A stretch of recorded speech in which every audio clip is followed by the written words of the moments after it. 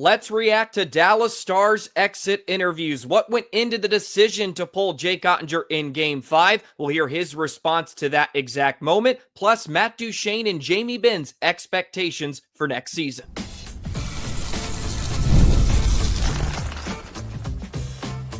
You're Locked On Stars, your daily podcast on the Dallas Stars, part of the Locked On Podcast Network, your team every day.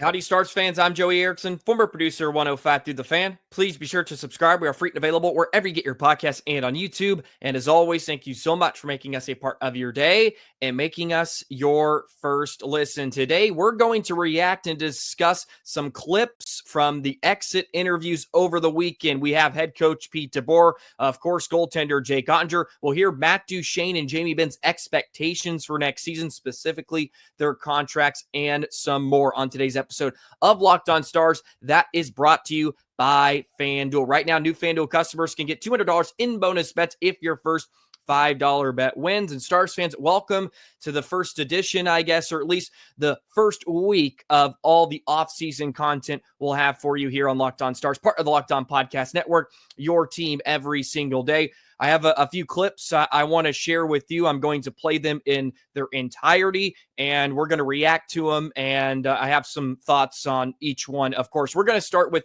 Pete DeBoer on Jake Oettinger, but first, let's get into the offense, because that was a big story that is sort of being overshadowed by Jake Oettinger being pulled, and this was a great question from Leah right off the hop from the Dallas Morning News.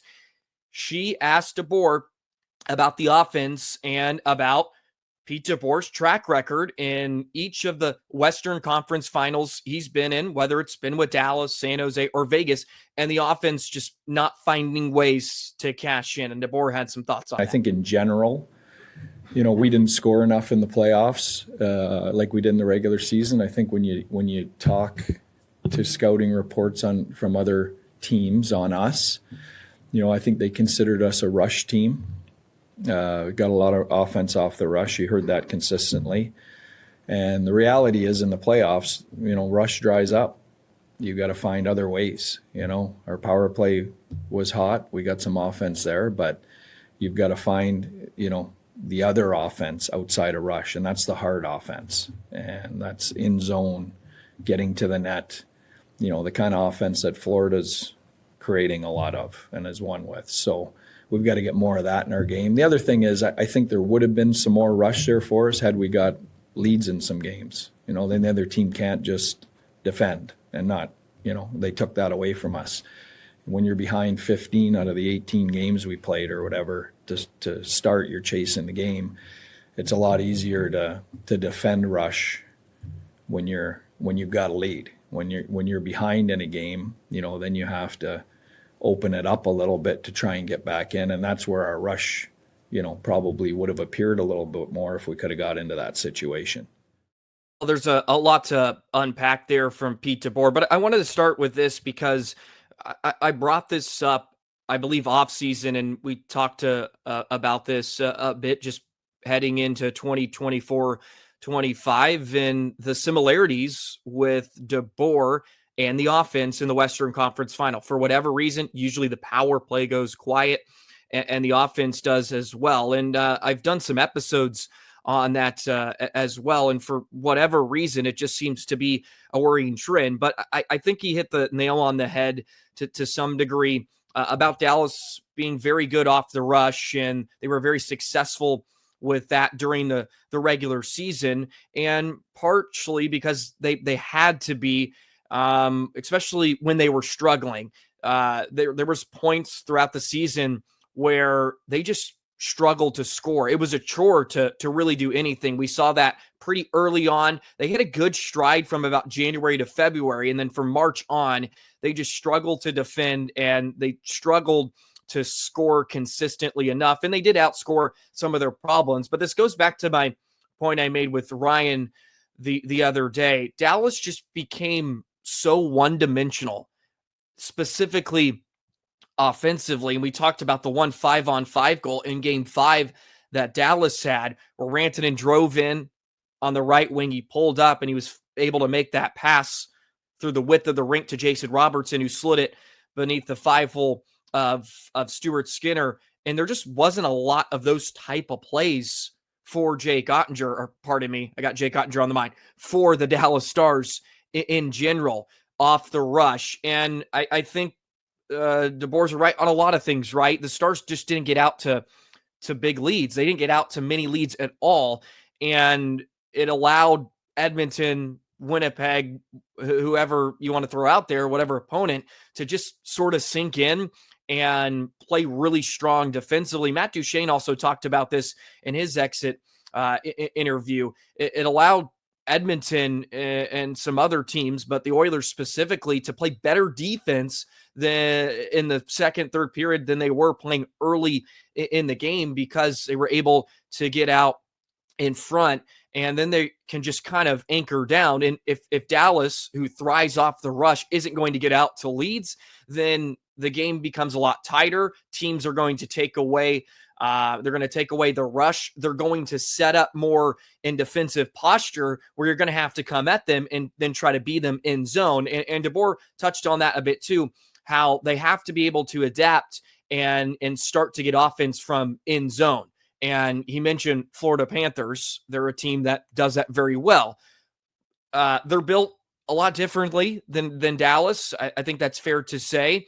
So it's difficult to do that, but that falls on Pete DeBoer, right? He has to find a way to get his team to adapt to a certain style maybe they're not successful with. And as I said, they just became so one-dimensional with their offense that they weren't able to really create a whole lot against Edmonton. And part of that is because they were trailing so much. It's a lot harder when you're having to chase the game to get offense, or to at least get the offense that you would like to get. And you can really put this on a lot of individuals. It just didn't get much from a lot of guys. You know, Rantanen had the 2 hat tricks in the first 2 rounds. So that's 6 of the 9 goals he had. And of course he didn't have any against Edmonton. Hence, he had the power play goal in game 5. Granlund had a hat trick, but he had 5 goals. So 3 of the 5 came in one game. You know, Harley was the 4th leading scorer for Dallas with 4. Johnston, a couple power play goals, couple even strength goals, but we highlighted his struggles against Edmonton, right? Sagan, I think he had 2 or 3 even strength goals against Edmonton in the series. He had 2, he had 2 even strength goals. And those both came in game 1. And then of course, Duchene just with the 1 goal, and you can go up and down the lineup. Like, a lot of different guys struggled, and it goes back to trailing in 15 out of the 18 games. And it goes back to just not being able to adapt and try to do something other than what has been done. And look, it was probably a lot harder this season in a lot of ways, just because Dallas was relying so heavily on the power play. The one game they won the Western Conference Final, they had to score 3 power play goals to get it done. And they did an excellent job of capitalizing on. You have to give Dallas credit. They capitalized with timely power play goals in each of the first 2 rounds, and they were able to survive that, and playing stout enough defense in the third period. That the Winnipeg series, how many third periods they do so well where they just close down Winnipeg? But it's a different challenge when the teams are better. And DeBoer also mentioned that the teams are just so much better at that point in the season. You don't get away with as much. And we obviously saw that in Edmonton exposed Dallas. Now let's get to DeBoer on Otter. And I have a lot of different thoughts on this explanation. No one's a bigger fan of Jake Oettinger than me as a person or a goalie. Does that mean that, you know, he can't be coached, or he doesn't have growth left in him? Absolutely. He's a young goalie. You know, he's a young goaltender. And, you know, I think, you know, from a coaching perspective, you know, we're 1-7 against that team at this time of year in the conference finals. So, you know, everything's on the table.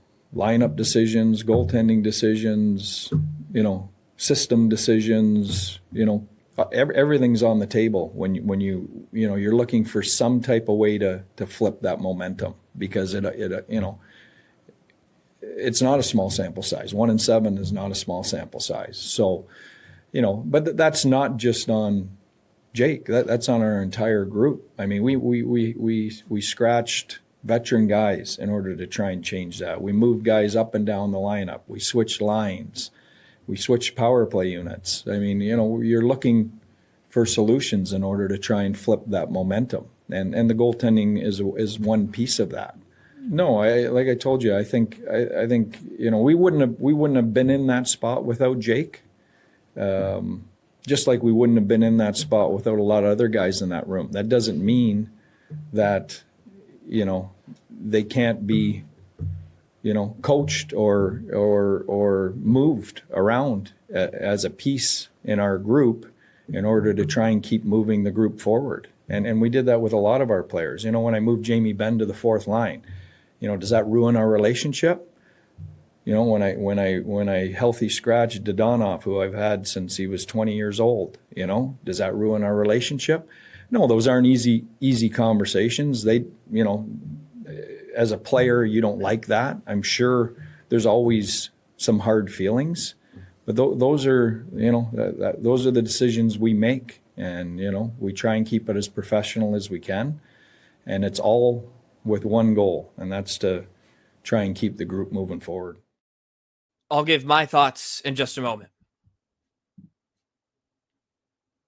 Today's episode of Locked On Stars is brought to you by FanDuel. The NBA playoffs are in full swing, and every night delivers highlight-worthy performances, major momentum shifts, and can't-miss moments. Whether it's the game-winning shot or a breakout player, there's never been a better time to get in on the action. FanDuel makes it so easy to stay in the game before tip-off or live with player props, performance trends, and same-game parlays. Fans have way more ways than ever to play smart and win big. Sometimes you get that read on a certain player that you think is going to heat up. Why not back it up with a same game parlay with FanDuel? You can stay in the action while you're watching the game. There's so much action this summer to get into, right? We still have some of the 2 majors in golf. We have the NBA playoffs, of course, the finals coming up, the Stanley Cup final, right? All these different ways to play FanDuel, plus $200 in bonus bets if your first $5 bet wins. So for those of you that are new, it's a perfect time to sign up. Head to FanDuel.com, place your first $5 bet. If it wins, you'll get $200 in bonus bets. Make every moment more with FanDuel, official sports betting partner of the NBA. Okay, so let's dive into DeBoer's decision behind pulling Jake Oettinger and some more. And there's also some added context I want to give. I didn't want to put the whole clip in there. Otherwise, it could have been 2.5, 3 minutes. And that's just a lot. But he also went into discussing there was some conversations about using Casey DeSmith in Game 4 just to give Jake Oettinger some rest. And if you look at Otter's playoff run, he played in 18 games. That was the most of any other goaltender. He gave up 48 goals against. That was the most, but 503 shots. That was the most, and 455 saves. And to give credit to DeBoer, he mentioned that Jake Oettinger was a ginormous reason on why they got to that point. But I will back him here, because I did back him on the decision to pull Oettinger in Game 5. And he touched on it, right? That's one of the ways that he was trying to flip the momentum. And of course, you can disagree with me. You can disagree with whether he should have done that or not. I can back him because the team didn't show up in the first 8 minutes. And it's not all an indictment on Jake. Is it a move I would have made? No, but I don't get paid to sit behind the bench. And this is where I will back Pete DeBoer in a lot of ways. He's the head coach. He's around these guys every single day. He's around them more than his family during the season. He knows these guys better than anybody, and they obviously had conversations because Jake was dealing with an upper respiratory illness or something about that, how much it affected him. I don't really know. Jake didn't seem to really take much stock in it, but it was something that was being brought up in their conversations about giving him a break, because every other team had used 2 goaltenders up to that point, I think, except Dallas and Florida with Bobrovsky. And Jake faced a lot of shots, and he faced a lot of action in the first 2 rounds. Now you can hindsight's 2020, right? Maybe they should have started DeSmith in game 4 to give Jake some rest. That way he would be ready for game 6, 7, whatever the case may be. Obviously it didn't work out, but I will back Pete for his decision, because I think it can get lost sometimes. This was obviously not just a spur of the moment decision. And yeah, maybe he got angry and the emotions got the best of him, but these conversations were already being had before game 4. And now it's game 5 and they got off to such a terrible start. And yeah, that can be on the coach too. I'm not disagreeing with that at all. And look, I will back DeBoer for his comments and his decision, but at the end of the day, I still do not like what he said in the presser after game 5. I do not disagree with him there. I didn't love the fact that he sort of just threw Oettinger under the bus, but I will back him on his decision. That's a hard decision to make. He's the head coach and he has to live and die with that. And he did, right. And I think that's fair. And he did also mention, I don't think I had it in the clip, but he takes accountability for that. And look, you may not like the decision or not, but I can live with him living and dying with his decision. And he's the head coach and he made it. And he has a lot more information than I do, obviously, and a lot more than a lot of other people. And he went with pulling Otter. I defend him. You can say, well, they would have come back if you had it in him. I don't know. Edmonton, I think, was pretty darn good and exposed Dallas in a lot of ways. And it wasn't just Jake, by the way. I think that's part of the issue too, is this is getting a lot of steam.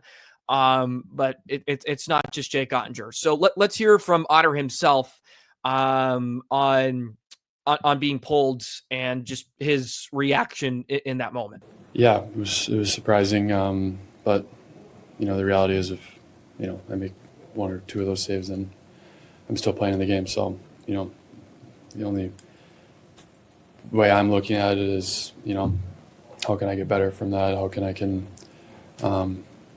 make those saves that I've made all playoffs? How do I make them in that game at the start of the game? Give the guys a chance to get their feet under them. And as a goalie, that's your job. So I got to do better than that. It sucks. It's embarrassing. It's anytime you get pulled, doesn't matter if it's playoffs or if it's regular season, you just want to go right off the ice and crawl into your bed and not talk to anyone. So especially in a moment like that, it's really embarrassing. Yeah. So there's Otter on his reaction to being pulled, and the second half of that was a bit about ESPN and showing him so much after he got pulled, and he chuckled a bit. But just his body language and just looking at him during the exit interview, and you can watch some of these on YouTube. By the way, I'm playing the full clips. It's not just audio. In case you want to head over to YouTube and take a look. He looks, I don't know if broken's the right word. He just looks upset. Was the majority of his vibe during this interview. You can tell like he's hurting a bit. And look, us Stars fans, I'm sure there's many of you out there that are hurting from the Stars losing. So imagine what Jake Oettinger is feeling like. He's obviously very upset. And I think you can tell that throughout his exit interview. And look, Jake's so professional. I give him a lot of credit, man. He went up there. He said a lot of the right things. He took accountability for it. He said, if I make a few saves here and there, you don't have to worry about it. And it wasn't his fault, the defensive breakdowns. But as a franchise goaltender, stand up there and just take some heat. And just be honest, like, yeah, it's embarrassing. And you didn't want that to happen. And I give him a lot of credit for that. He's a professional, but what I also like, as you mentioned, I'm going to learn from it. And he touched on that a bit. I don't know if it was the clip either, but I don't think it was. But he said, we're going to learn from it, right?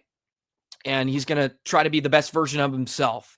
And DeBoer said this as well. He's a young goaltender, and he's going to go through some of these growing pains. That's easy to forget too. Jake Oettinger's 26 years old, And this is only going to help him, in my opinion, down the line in his career, that he's already been to 3 Western Conference finals in his young career as the guy too, as the number one netminder. That can only help him. And he's only 26. And yeah, he had a very, very busy postseason, very busy. As I said, most shots, most saves, and he played the most games. That was a huge workload. But he did say he felt healthy and felt like he could continue to play on. Now it's about trying to get better, trying to get sharper in those moments. And it sucked. And yeah, it's embarrassing. He didn't like it, but I think it says a lot about him. And there was conversations, or there was questions asked about the relationship. And you heard that with DeBoer. They scratched Jamie Benn, Adonov. The relationship's not hurt. He's just trying to make the right decision for the team. And look, I will defend DeBoer on that. I will. He's the head coach. He has better information than any of us do. We can disagree with that, but I'll back him for his decisioning. I criticize some of his decisions in the series for sure. But I'll back him on his explanation on why he did it. Because like I said, he's more in tune with everything than any of us are. And and Otter, I think, did well. He's a consummate professional. That's what he does. But you could tell it hurt, obviously, and it probably will sting for a few weeks, and that can be motivation, right? Hopefully it is for Jake Oettinger, who said it before. I think he's going to take the Stars to the promised land one day. And he's still young. He's got a lot of tread on those tires. So it's motivation for next season. Speaking of next season, Duchene, Benn, let's touch on some of their reactions. We'll react to some of the reactions about next season and their contracts, because I think both are a little different. And I'm going to see if I can read into a little bit of each Benn and Duchene in just a moment.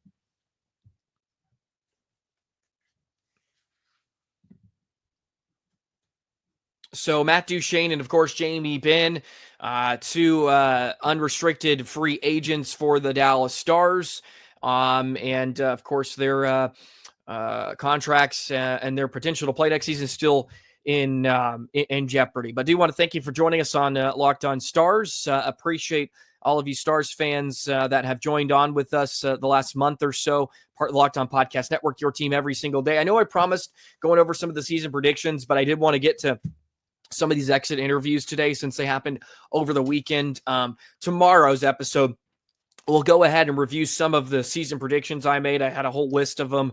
I made some bold predictions, playoff teams, etc., that I want to touch on. We're going to see how much I got right. I was close on a few things, and how much were just complete flops, because there's plenty of those as well. But we'll start with Matt Duchene. So here is Duchene on his potential next contract in Dallas. More probably from a contract perspective, because that was the nature of the question. I think at this point, we'd, as a family, I think my kids are getting to the point where you're looking for some stability. So 1-year deals are tough. Again, I don't know what's going to transpire. I don't know, I'll have to wait and see what's out there. Right. And, I feel like I've, hopefully put myself in a good position, and, I've really enjoyed being here. And I think I've gotten great feedback about things, and, it's hopefully we can continue to move forward. So a couple of things there. Obviously, the thing that really sticks out with Dutchie there is the word stability. He's looking for stability at this point in his career. And of course, fair. It's not going to be here in Dallas if I'm Jim Nill. I'm not signing up for more than 1 year of Matt Duchene. And I know a lot of Stars fans out there aren't going to sign up for even a year of Duchene after what we've seen the past couple postseasons. And he's been very vulnerable. You can watch the entire exit interview as well on DallasStars.com. And he goes in about how it is so motivational for him. And he was thinking about some of his struggles last season in Game 1 against Colorado in the playoffs. So, and that's a little bit of another conversation, but it gets me thinking, is he trying too hard? Was he putting too much pressure on himself to try to score and try to be productive. And he also talks about like no one's harder on himself than he is. And sometimes like I forget that too sometimes. Like as much as I get frustrated with Dallas not scoring, like they are just as frustrated as us. And maybe we don't feel that way sometimes, but they are.